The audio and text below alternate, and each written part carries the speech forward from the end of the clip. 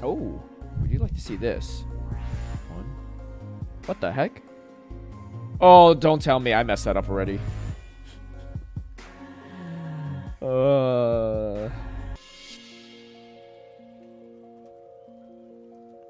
Man. Dude, when I saw the typing, I just swapped way too quickly.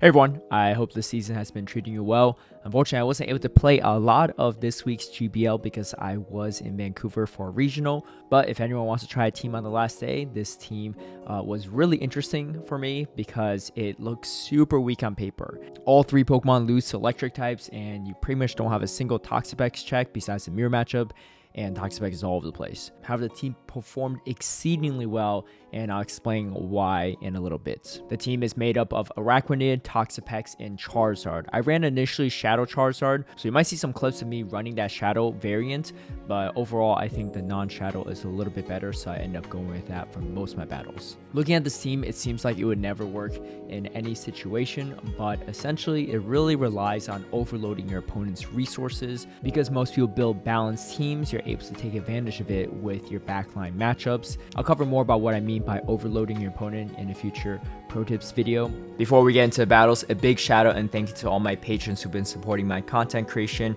If you would also like to have early access to my strategies and lineups, or see behind the scenes footage of my battles, feel free to sign up in the Patreon link down below.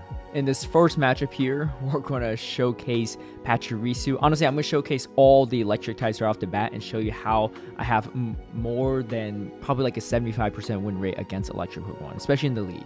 So you're thinking, wow, like how do you have any chance here, right? So, but as you can see, utilizing the bulk on some of my Pokemon like Araquanid and Toxapex, you could really start chunking away at these electric types to the point where they really don't have that much play into your team. And so here, the Pachirisu is going to take it out, and they're debuffed, right? So they're forced to swap here, and because they're forced to swap here, I am going to bring in my Charizard, and there's probably a good chance they have grass types in the back. Why? Because Pachirisu is very weak to that, what do you call it? To, it looked like I was trying to go for CMP, unfortunately I didn't get it, to Swampert and ground types. And grass is very good into those, and so we are going to throw the Dragon Claw. Unfortunately, it's charged from priority. I think I didn't play this matchup super well. I don't know if I lagged or not there, but I was really just trying to save at least one shield for my Charizard. That being said, though, we do have another grass type, and again, this whole team's very strong into grass types. Araquanid is not great into Tropius, but that's about it. But anyway, we are able to finish off this Trevenant, and it looks like we are going to CMP here on the Thunder Punch, but we still get the brine off, and this 2-turn Poison Jab is going to take priority. So we're able to take out that Pachirisu. Tough matchup, of course, not an easy one, but still able to come away with the win here. Galvantula, also pretty brutal, and it's very tempting to shield here, but again, you gotta save your shields. You gotta save all of them because you need as much play as possible. And able to grab my opponent's shield here after throwing a potential Bug Buzz. I wasn't actually at the energy, but it's pretty hard to keep track sometimes for a lot of people, and my opponent is going to try to debuff me there. But that's okay. So we are going to tank a Discharge here and able to Poison Jab all the way down.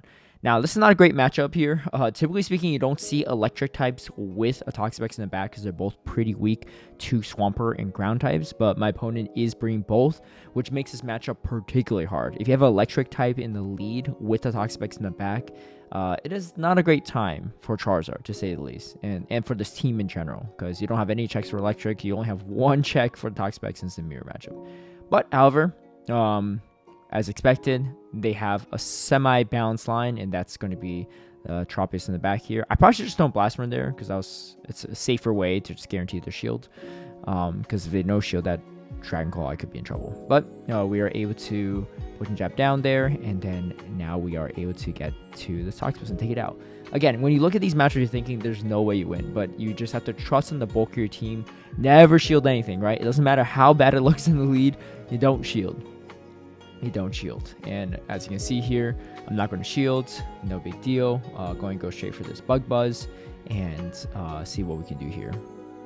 Oh, what's up, girl? My girl is moving all over the place. I don't know what's going on. But anyway, my opponent is going to throw a Surf here. And again, against a Lanturn lead, right? It looks absolutely awful, but we are able to make the most of it. And my opponent is debuffed here, so I'm in a pretty good spot. I could just let this move go. And my switch timer's not even up yet, so that's a good time for me either way. Yeah, and we take out the Tropius there. And then we go for the charge priority here against the Lanturn because I know they have a move. But they decided to throw it. That's fine. I should be able to outpace them to this next Surf. Yeah. So we do get off one more Surf here, one more Dragon Claw, and then I come in with my Toxapex. I expected they probably have a Grass in the back if they really want to protect against the Charizard there. But we don't have to shield anything here, and this should one-shot. So yeah, again, against electric leads, no problem. I will say Zapdos, though, especially Shadow Zapdos, is particularly brutal. Just like Tropius, you can't really stay in the lead because of the flying typing for Arachnoid. Typically, Arachnoid can stay in against most things. And here's the tricky part. If they end up landing a Thunderbolt, you just lose the match. If they bait you perfectly with Drill Pecks, you lose this match. And so that's exactly what my opponent did. If I let any of those Drill Pecks go through, this might be a different story. But as you can see there, I'm in a really tough spot now. So this Zapdos is going to get a lot of value here. Oh gosh, Cranberry, you don't want to see the Zapdos, do you? Here, let's get her repositioned a little bit. All right. Yeah, it's not going great here. I mean, there's no sugarcoating it. This particular matchup is very, very tough. It's a little different than the typical electrics, but again, getting baited perfectly by the opponent there also puts me in a really tough spot. So well played by the opponent there, of course, and they have a Toxapex too. So not a great time. They have a Toxapex in the back and electric in the lead. Like I said, that's a really tough combination. All right, Ferrothorn, this is a pretty interesting matchup. You would think this is pretty bad, but it's actually not so bad. I find that a lot of these in the lead are running Steel secondary moves and not Thunder. If they're running Thunder, they're going to do a little bit more damage for sure against both the Arachnoid, the Charizard, and the Toxapex, actually, because it's super effective against all three, whereas Power Whip is neutral against the first two.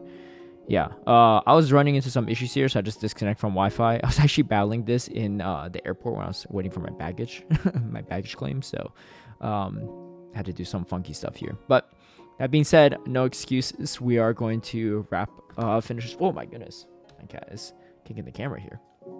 All right, yeah, so we're going to bring in the Charizard here, and then they bring in the Jellicent, which is also pretty tough for me.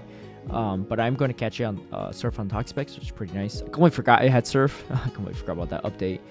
But I was expecting Bubble Beam, but Surf is going to be a little better, because at least I'm not debuffed here. Toxapex is not great into Jellicent, but you got to rely on the bulk, and the bulk can carry quite a bit, just like that Arachnoid, right? Utilizing that bulk can really do wonders. Alright, I'm not going to shield here because, again, like, it's not really going to help too much. We are going to see a Kingdra in the back. So Kingdra, it's okay, but it's going to take Super Refractor from the Dragon Claws, so that's going to put me in a pretty good spot. And we should be able to finish this off. And then, yeah, we still have two shields here. So we're going to shield once, get rid of this thing, and then probably come in Toxapex or try to finish off the Jellicent. Yeah. So, yeah, we could probably finish off the Jellicent with one Brian, and then the GG's. Yeah, so Ferrothorn, like, looks pretty bad, but it's not that bad. All right. Shadow Swampert, this is exactly what you want to see, actually. So that's actually a pretty good sign there. They come in Toxapex. I am going to Bubble Beam first. Oh, okay. Remember, he's out of here. I'm going to Bubble Beam first. And this makes this mirror matchup much better. But now our switch timers are misaligned here, so that is something to take note of. I expect them to potentially swap back over when they have the chance to. But that's fine. It just means that they'll never have switch alignment anyway, so that puts me in a pretty good spot. And they're forced to still waste some of this energy. And then now they come in with the Swampert. I do have to keep in mind their Toxapex still has about half health. And I'm going to swap over my Arachnoid here so I don't take too much damage. I can still preserve my Toxapex in the back for whatever I may need it for. And of course, Arachnoid going to resist all these charge moves, all these fast moves. I'm going to still throw the Bubble Beam right away just so that I could like do some damage. And then they actually get debuffed there and shield, which is even better. So they're going to throw these Hydro Cannons, and now they come in Walrein here. I'm going to throw a Bubble Beam and then swap over. Our timers are pretty much just misaligned consistently, which is not a big deal. I'm going to let one Icicle Spear go because it's not only debuffed, but I need to watch out for the Hydro Cannons and Brine. But safe way to play this is probably go for the Blast Burn, so I am going to go for the Blast Burn here. And let's see how we play it out. Yeah, they shield, and I probably could overfarm this a little bit. Let's see how I play this out. Yeah, no, I decided to throw right away because I'm scared they're going to catch and swap here. So I want to get rid of the Walrein as soon as possible. And then the Toxapex here. We're just going to throw a Dragon Claw and probably swap out. Oh, they catch it on the Swampert. Good play by them. But unfortunately, I can take a Sludge Wave either way, and they're much lower in health than me, and this should be able to wrap it up. Yeah, so Swampert, pretty solid lead, but again, my opponent played it pretty well, especially when you don't have a Toxapex to lead. A Safe Swap Toxapex is not really like a easy matchup by any means, but again, if you debuff, you're fine. Toxapex in the lead, though, this is a weird one, because it completely walls off the moveset of Araquanid, and you can't really swap anything in. So what I do here, every time consistently, is I Bubble Beam it twice. If I Bubble Beam it twice, it allows me to get a Bug Buzz off on the third charge move. If I don't Bubble Beam it twice, I don't get that third charge move off. So not only super debuffed here, but I'm able to chunk it quite a bit. And pretty much every single player I face, all the experienced players, they will pivot out here. So the moment I bring in my Toxapex, they'll swap it out, clear the debuffs, save the energy, and then come in with something else that's kind of neutral, or yeah, typically neutral. So Trevenant is fine. We're going to throw the, what do you call, Sludge Wave, just because typically speaking they shield. They actually chose not to shield, so that's fine. I'm expecting maybe potentially a Grass Type in the back. They were going to come in Toxapex here. I'm not going to shield this just because I feel pretty good about this backline matchup. And then I'm going to go straight for a Sludge Wave here. Again, I'm just going to let it go. There's really no need. I'm going to outpace this Toxapex anyway. And they come in a Shadow Shiftry here. And unfortunately, they're not going to get enough charge moves off here. And we are able to finish it off. And we have a lot of energy to throw. So again, Toxapex in the lead. Not typically a problem because the backline is usually very, very weak. Alright, another Toxapex in the lead here, and this is where it gets a little weird. So I'm going to play it out exactly how I want to, how I used to usually do, because that's kind of what I'm used to. But they come in with the electric type. So this is going to be interesting because if they have a Swampert in the lead, that's not going to be great for them. So they're going to take a gamble themselves and bring double weak to Swampert line. I shielded once just to get some extra bite damage, but unfortunately it's just not enough. So we are going to come in with the Toxapex to finish it off. This at least allows them not to debuff me here, and then they come in with Ampharos. So like I said, my whole team strategy is to overload my opponent's resources so that my backline Pokemon have ways to thrive, right? Once I get rid of the Electrics, once I get rid of the Toxapex, I'm usually going to have a good matchup. They're essentially implementing the same strategy, but with a different composition. They have a Toxapex and double Electric, triple weak to ground. But once you get rid of the ground, it's smooth sailing in all likelihood, right? So they're countering my overload team with their own overload team, and it's definitely paying off for them. All right, I'm gonna throw a Bug Buzz at my opponent here, and they shield. And they're gonna overfarm here before dropping what I would presume is an Outrage, and that's exactly what happens. But again, we have a shield advantage. I can't really complain here. I'm gonna, I guess I'll let it go too. All right, interesting. Well, they end up going Octazooka, so that's fine. Unfortunately, they get another Octazooka off, which is not great. I thought that I could probably Wing Attack down, but unfortunately not. That being said, they still have a Toxapex in the back, so again, not the easiest backline matchups here, but you just gotta do as much damage as you can here. And I go for another Blast Burn. They actually catch this Blast Burn on a Bombasnow. Kind of interesting.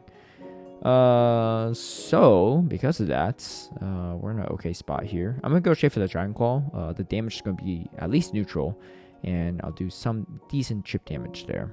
And then of course I still have energy in my Toxapex, and then we should be able to outpace here. All right, Walrein. This is exactly what you want to see too. On top of Swampert, this thing completely walls off Walrein's moveset combination no matter what, and it doesn't hit nearly as hard as Swampert. So I'm in a very, very good spot here. My opponent is going to go Earthquake, but as you can see, very underwhelming. Really no reason to bait here in my opinion, but my opponent does shield, which means that they're pretty weak to us. But again, If you get a shield advantage, you're fine. You never really want to invest shields, especially in a matchup like this where you're hard winning it. Like, it just feels like such a waste to shield any earthquakes, right? I'm gonna overfarm a little bit just so that in case they let this go, I potentially might have a bubble beam for the next Pokemon. But unfortunately, we're not able to get to it. But that's okay. I probably could have got a bubble beam off against the Walrein, but I was gonna shield the earthquake anyway. And then we are able to finish it off. And they come in with a Galvantula. So this is actually not great for me because it's pretty good into Charizard. And again, overload your opponent's resources, right? They have 2 waters in the lead. Probably have a grass in the back. Something that Charizard could be good against. So that's what I really need to bank on here. Otherwise, I'm in a very tough spot. But again, most people will build balanced teams. And to counteract balanced teams, you bring unbalanced teams. And essentially, that's my whole strategy in this cup. All right, my opponent is going to probably surf me here. And I'm just going to try wing attack down. And as predicted, it is grass type, which is perfect for me. Able to finish off the Shiftry and then wing attack down to Jellicent. All right, this is a fantastic lead too because they're double weak. But here's the best part with these kind of team comps. The whole team is good against the Shiftry. So another reason why this team works so well is because a lot of times whenever they have a grass anywhere, typically we've been seeing in the back, but especially in the lead here, you're going to do very, very well. I haven't shown a lot of battles with grass in the lead just because they typically are pretty one-sided in my favor, but I'm going to showcase this one just as an example. And yeah, they're debuffed. So again, easy to play around here. And here's the thing, they don't really want to come into this Toxapex with their Shiftry. So, and I'm making sure I have a bunch of energy consistently so that they can't really take advantage of the matchup too easily. And they actually come in with Zapdos here. I probably could have gone for the Sludge Wave. I don't think I get to another Brine anyway. But because we have a shield advantage here, we're going to shield up here and try to finish off this Zapdos because it's very, very strong into my back line.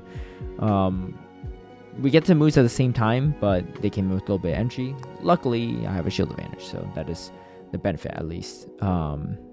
Yeah, so we're going to throw the Dragon Claw here. Going to be able to take out, and yeah, they try to catch there. Unfortunately, was not able to. And yep, here comes the Blast Burn to finish off the Shiftry. All right, Shadow Kanto Ninetales. Typically speaking, you stay in for almost everything, but I do swap out for this one, and then we get hard counters. So off to a not so fantastic start, but it's okay. We put the trust in Charizard in the back to clean up, and usually it does work out quite well.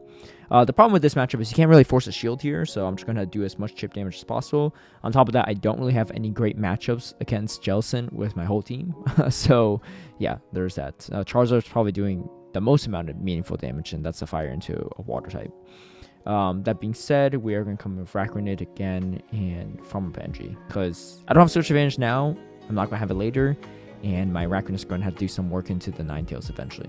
And as we can see here, not a terrible matchup for me, but also not great with shields up here on both sides. And they do quite a bit of damage to Dragon Breath. All right. I will probably... Oh, I know shield. Okay. I choose not to shield here because I don't think they could get to another charge move. But unfortunately, we're quite low on health, so that's not good. But I'm going to throw these bubble beams and do what I can here. So here's 2 bubble beams, and let's see what their health is at. They do spend the final shields. And so at this point, I'm thinking, all right, I need to go for Bug Buzz to do a little extra damage. And we get to it. Is this enough to take out the Shadow Ninetales? It is. No shields needed, but this team is very, very strong. And as you can see, climbing quite a bit, getting a 5-0 in my most recent sets, and now I can't find battles. So like I said, this team utilizes a lot of that overload strategy, and I will cover that in a future PvP pro tips video. But for the time being, I hope you enjoyed the battles, and hopefully Color Cup went well for you all. There's a lot of teams that don't look like they make sense on paper, but they actually are quite good for many reasons, and this is one of those examples. Thank you all for watching. If you like this video, feel free to give it a like and share, subscribe for future content, hit that notification bell to get alerted right when I post a new video, and I'll catch you all next time. Bye.